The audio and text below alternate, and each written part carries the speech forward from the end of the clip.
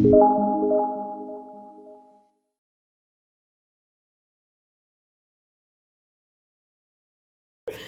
afternoon, folks. We are here with David Singletary in his lovely home. We're going to talk today about some pressing topics that we see on the news, and especially the gubernatorial race here in Mississippi. Mr. Singletary, thank you for having me. Um, what what is your thoughts on what has been going on with the gubernatorial race, starting with Justice Waller? Well, you must understand, Regina. I'm not the politician.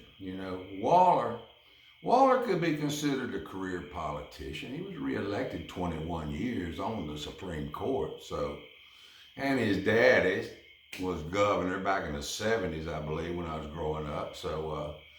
He's had a very affluent upbringing, and he's part of the conservative movement in Mississippi, which has consistently made Mississippi last. Now, my main objection with Mr. Waller is that he said he will veto any legislation on the legalization of cannabis when and if he's ever governor. So I have the same problem with Mr. Waller as I do with our current governor, Phil Bryant, which is limiting my liberties. I'm over 60 years old now, and I don't need to be babysat by my government anymore. And I don't need any more of my liberties taken away. If anything, I need to gain them back, not just for me, but for the rest of the citizens in this state that are suppressed by this rich aristocracy that dominates this state. And it must be brought to an end. Okay. Your thoughts on Mr. Tate Reeves? Tater head. He's from Florence, where I live. I live in Florence, I live in St. Martin, okay? He went to Florence High School, I went to Florence High School. Phil Bryant went to Council 2 McClure in Southwest Jackson. I went to Council 2 McClure in Southwest Jackson, private academies that were established after the 1969 segregation. Oops. I grew up through that. Okay. 7th grade is when segregation hit. First half of the year is white students, second half of the year is mixed students. So we grew up through all that in the private school. So I've been to the same high school as the governor.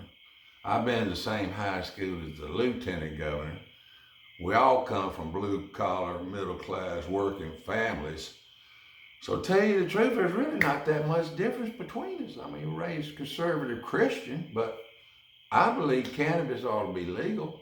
And I believe in treating your brother like you want yourself to be treated, which is the golden rule that Jesus taught. And we've strayed away from that. Our current governor, Phil Bryant, he was deputy sheriff, Hinds County, so of course he wants a law enforcement on every corner. And Tate Reeves just brown-nosing Phil Bryant to just slide himself right into the governor's office. Now, where is it said that you got to be lieutenant governor before you can be governor? I think all the political candidates that hold office ought to be veterans to start with. Amen. And so I'm getting away from this. You got to start in as secretary treasurer, and then you got to work your way up to attorney general, and then you got to work your way up to secretary of state, and then you got to work your way up to lieutenant governor, and then you got to work your way. I'm all about doing away with that normal political process that has got us in the position we are today, with just a select few elite running this state and not addressing the concerns of the citizens of Mississippi. And the one most responsible for that is Tate Reeves, because he's been in office for the last 8 years. He's been in charge of the legislation that's been put on the governor's desk. So I have no empathy for Tate Reeves. He's a certified financial planner by trade. And any one of us would fire his ass if he gave us a 0 to 2% return on our money. We can get that in a CD at the bank without listening to his so-called professional advice, because they wish they're in a $6 billion industry in the face, and he's not even giving it notoriety. They're snubbing their nose at the major industry for this state. So, what was the question about slow growth or no growth Tater Head Reeves? Okay. Jim Hood. Jimmy Hood, not a lawyer. Not a lawyer, another career politician. It's just more of the same, Regina. It's just more of the same with these three goofballs. Let's call them that. Okay. Cracker heads, maybe. Okay. Tater heads, or Rudy Earls, let's call them that. Okay. It's just more of the same. Three rich, elite, white boys that you're going to elect to run and dominate your state that don't represent the concerns of the populace, the majority. They just represent a small. There was only a 22% electoral turnout in Harrison County for these past primaries. That shows you how much interest the public has with these guys, because it's just more of the same bullshit. It's just more of the same crap. Not a problem. And I hope everybody's getting fed up with it like me and ready for change. I didn't want to do this, but I just stumbled my way forward. And now I'm going to be on the ballot in November in the general election. And all I need is one vote, and that's your vote. Okay. One of the big things that have dominated the news lately here in Mississippi is the gas tax. And I think you, me, everybody will be affected by that. I'll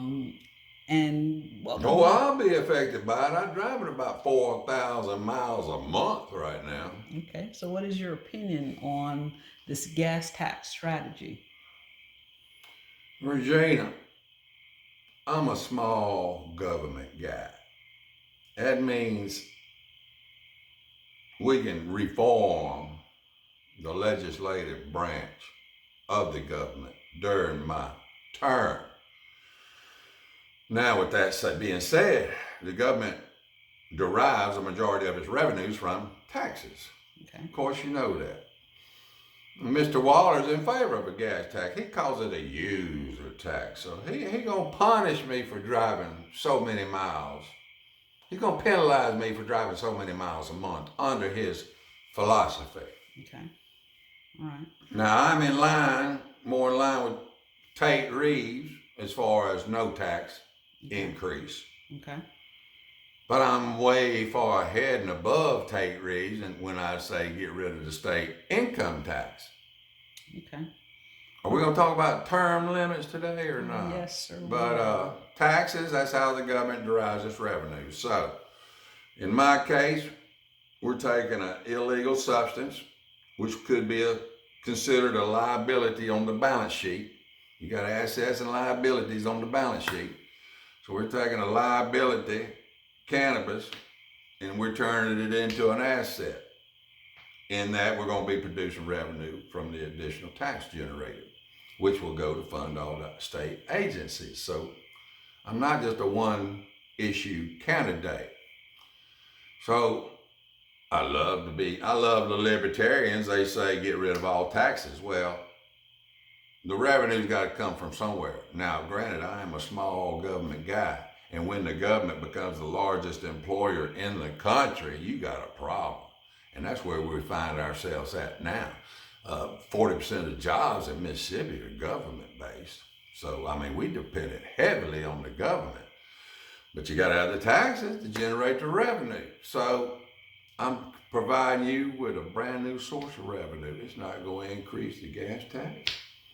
In fact, it may give us enough new tax revenue to eliminate your state income tax. Now, none of you other candidates are talking this.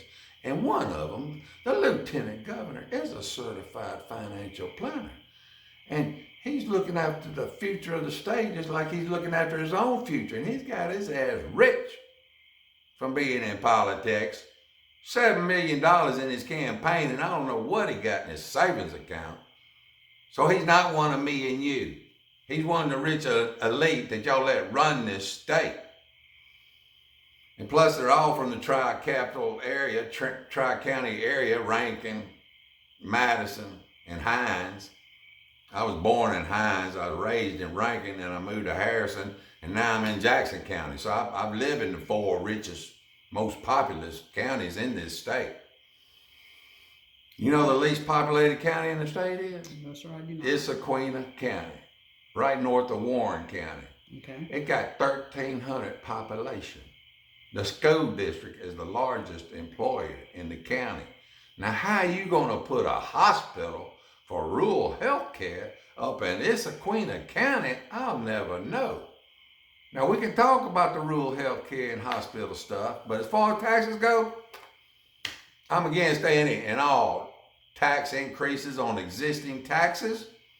That would include your gasoline tax, and I'm for bringing new industry to the state to generate increased tax revenues to take care of the education, the road and bridges, and the health care in the state, and to build up our rainy day fund, and to make sure the state employees pension fund is fully funded, and the state employees haven't had a raise in over 14 years, and the Jackson firefighters hadn't had a raise in over 21 years. So we're generating additional new tax revenues that you don't already have without increasing any of the taxes that are currently in place. Okay. All right. The state election board has certified some pretty controversial races here lately. People have won by 1, won by 2. If I remember right, that's supposed to be an automatic runoff with that close margin. As governor and potentially our CEO, right, of the state, Top ranking elected official in the state. what would you do to kind of clean up that rather murky process? They're going to call me the transparent governor and the hospitality governor, but we'll get to tourism in a bit. You know, with the advent of the internet and fiber optics, I'm not opposed to having fiber optics across the state and every student in the state having a free laptop, at least in junior high, starting in the 7th grade. So if you got a fiber optic system in place, you can actually vote from the safety and security of your own house. You can log into a secure website with a retinal scan or a fingerprint scan, and you really don't need elected representatives or officials. You can do away with the state elections board just about. But like you said, in highly contested races, I think majority rules in a democracy, so it's got to be at least 51% of the vote. You know, if nobody gets that, then you're gonna have a runoff. Okay, So understood. that'd be my feelings on that, and let's reform the whole electoral process. I mean, we can do it with the technology we have now, and we put it on a single server secure system to where Russia can't hack into it.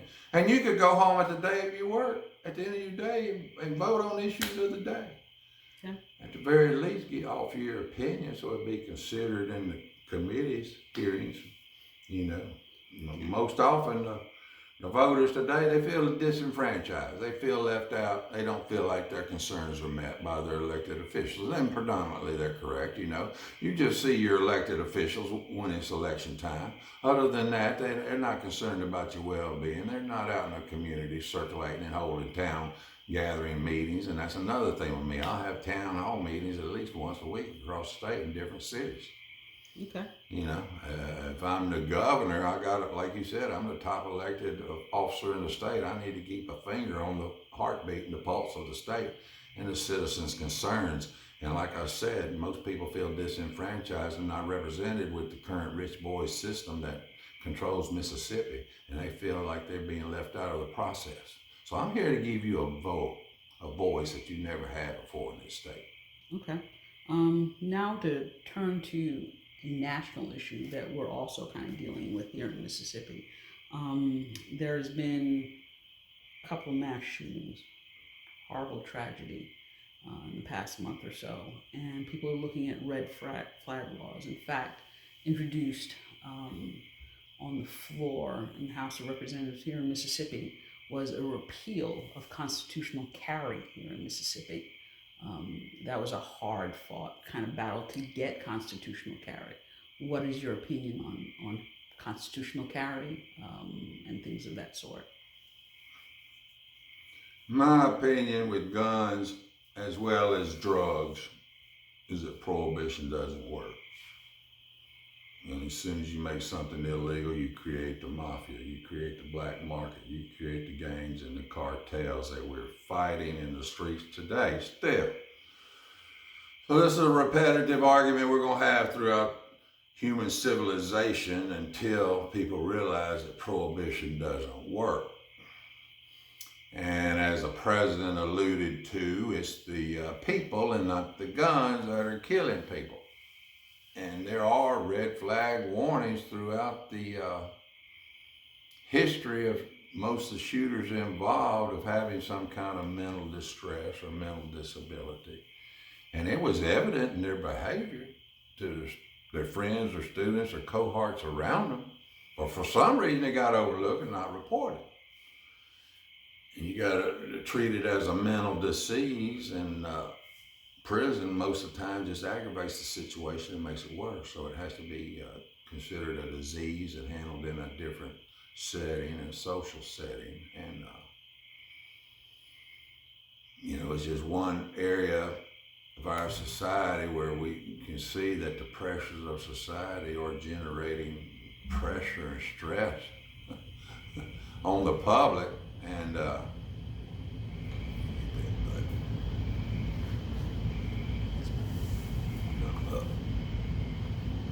one more. And just creating pressure and stress on the public, and it's being shown in the mass shootings. And some of the mass shootings, I think, could be prevented by invoking, bringing back school prayer in the schools. And also, I believe you let retired people come into the schools 1 or 2 afternoons a week, say after 3 o'clock. Keep the kids there till 5. From 8 to 5, the kids stay in school. Parents normally got a job from 8 to 5, so it better accommodates the parents. You don't have your kids at home for 2 idle hours in the afternoon. We're just time to waste in the neighborhood to experience. So bring the retired people back to mentor. I mean, a lot of retired people just sitting home and watching their favorite soap opera anyway in the afternoon. So have them come back there and mentor some of the kids, and have school prayer in the morning, and just let the kids know that they're cared for and that they're wanted, because a lot of them just feel disenfranchised and lonely, and they're screaming out for help, but they're doing it in the wrong way with these mass school shootings. But from what I understand, most of them were screaming out for help before the shootings ever happened. So President Trump is for increasing the background check before you get guns, or just increasing the background check. You're taking away people's privacy and people's freedom just by having an increase in the background check. So it comes a point to where how much do you want to give away your freedoms, which is what I'm dealing with now. I'm trying to get your freedoms back, because ain't no way inside the boundaries of our country should we ever declare war on our populace. We're a democracy. We can absorb any and all opinions and ideas and respect each other's. Okay, we're going to finish up here with a question about the infrastructure. Mississippi takes a big hit on crumbling roads, bridges, etc. What do you think, as governor, could do to address that immediate problem? The immediate problem was caused from inaction of the political leaders, state level and county leaders. They just let it get to a catastrophic point before they ever addressed it, and to a point that Phil Bryant had to close down over 500 bridges statewide. So that gets back to Mississippi being a poor state. That gets back to Mississippi being poverty stricken. That gets back to we need to increase the per capita income per individual here in the state of Mississippi. We don't necessarily need more people. I don't like a lot of traffic, but we do need to increase the per capita income for the citizens here, which generates the additional tax revenues, which helps fix your roads and bridges now. Okay. The internet sales tax and the lottery is supposed to generate $200 million a year. Well, David Berria of the Democratic Party of Mississippi said it takes $400 million to maintain the current roads and bridges that we have. So that $200 million is spent before it's ever gotten. That shortfall. So it's just another example where we need the legal cannabis industry, and we need the additional revenue, and we need the additional jobs, and we need to increase tourism by over 50% in Biloxi and on the Gulf Coast of Mississippi. That's why you need Big Dave.